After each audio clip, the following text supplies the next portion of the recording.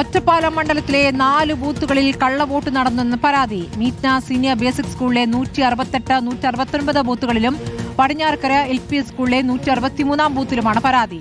Ambalappara LP സ്കൂളിലെ 98 number ബൂത്തിലും ഇതേ പരാതി ഉയർന്നിട്ടുണ്ട്.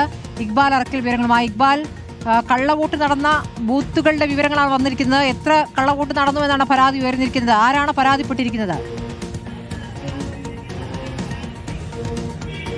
സ്മൃതി, ഇന്ന് രാവിലെ ആദ്യഘട്ടത്തിൽ മലമ്പുഴയിലും അതുപോലെ തന്നെ ഷൊർണൂരിലുമാണ് ഈ കള്ളവോട്ട് ചെയ്തു എന്ന രീതിയിലുള്ള പരാതികൾ ഉയർന്നെങ്കിൽ ഇപ്പോൾ ഒറ്റപ്പാലത്തെ 4 ബൂത്തുകളിൽ നിന്നാണ് സമാന രീതിയിൽ ഈ കള്ളവോട്ട് ആരോപണം ഉയർന്നിരിക്കുന്നത്. ആദ്യഘട്ടത്തിൽ അമ്പലപ്പാറ മേഖലയിൽ നിന്നാണ് ഈ കള്ളവോട്ട് ആരോപണം ആദ്യം വരുന്നത്, അല്ലെങ്കിൽ പരാതി ഉയരുന്നത്. അമ്പലപ്പാറ LP സ്കൂളിലെ 98 നമ്പർ ബൂത്തിലാണ് കള്ളവോട്ട് നടന്നു എന്ന പരാതി ഉയർന്നത്. അവിടെ പ്രഭാകരൻ എന്ന് പറയുന്ന വ്യക്തി വോട്ട് ചെയ്യാൻ വേണ്ടി എത്തിയപ്പോൾ ആ പ്രഭാകരൻ്റെ വോട്ട് മറ്റാരോ ചെയ്തു പോയി എന്ന രീതിയിലുള്ള വിവരമാണ് പ്രഭാകരന് ലഭിക്കുന്നത്. പെട്ടെന്ന് പിന്നീട് ഉടൻ തന്നെ ഉദ്യോഗസ്ഥർക്ക് വിവരം അറിയിക്കുന്നു. പിന്നീട് ടെൻഡർ വോട്ട് ചെയ്യാമെന്ന് ഉദ്യോഗസ്ഥർ പ്രഭാകരനെ അറിയിച്ചു. അങ്ങനെ പ്രഭാകരൻ ആ വോട്ട് ചെയ്യുകയായിരുന്നു. ഏതായാലും അതിന് പിന്നാലെ തന്നെയാണ് മീറ്റ്ന സീനിയർ ബേസിക് സ്കൂളിലെ 168, 169 ബൂത്തുകളിലും അതുപോലെ തന്നെ പടിഞ്ഞാറക്കര LP സ്കൂളിലെ 163 ബൂത്തിലും ഇപ്പോൾ സമാന രീതിയിൽ കള്ളവോട്ട് നടന്നു എന്ന രീതിയിലുള്ള പരാതികൾ ഉയർന്നിട്ടുള്ളത്.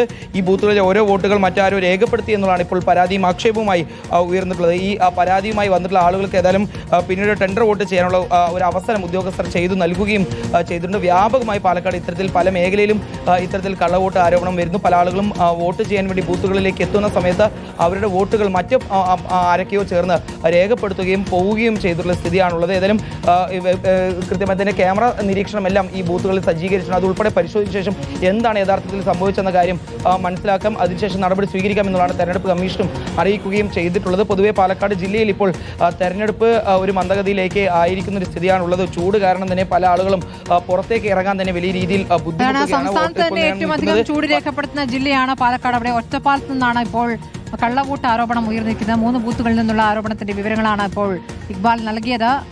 ക്യൂ ഉണ്ട് പലയിടത്തും, പക്ഷേ ഉച്ചനേരം ആവുമ്പോഴേക്കും കുറേയൊക്കെ കുറയുന്നു എന്നുള്ളതാണ്.